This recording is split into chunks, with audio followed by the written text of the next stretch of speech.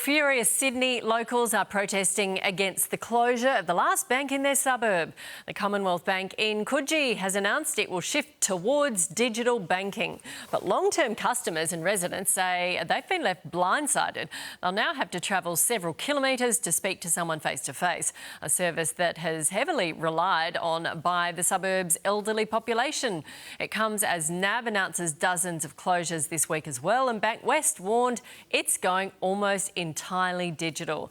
The local mayor, Philippa Veach, joins me now. Good morning to you.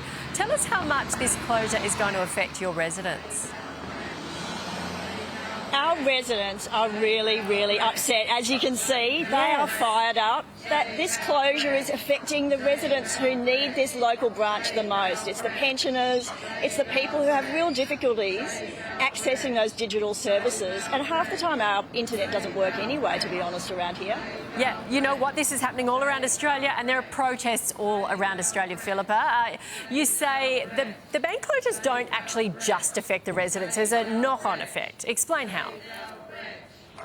Yeah, that's right. Look, once you see these sort of anchor businesses, such as the local banks, the local post offices, leaving our town centres and high streets, it has a really terrible effect on local businesses, and it really affects the vitality of these town centres. So across Randwick, we've seen a lot of shops closing down in some of our areas and some of our main shopping centres.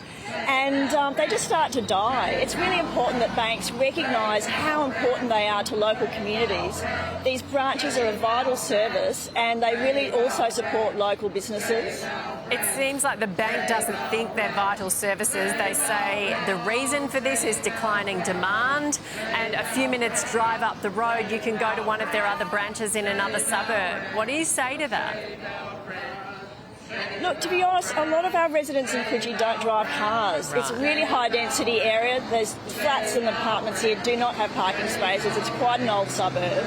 So a lot of people are dependent on public transport, and to be honest, that's in decline as well. It's pretty unreliable half the time. Yeah, look, Philippa, this is happening. We need these services, yeah. Exactly, and what you're saying is being repeated right across the country in many communities. Thank you very much for explaining it today. Good luck. Thank you so much. Thank you, Philippa. And if you'd like to help residents stop their bank from closing, the petition details are on the Sunrise website. Here's Shervo.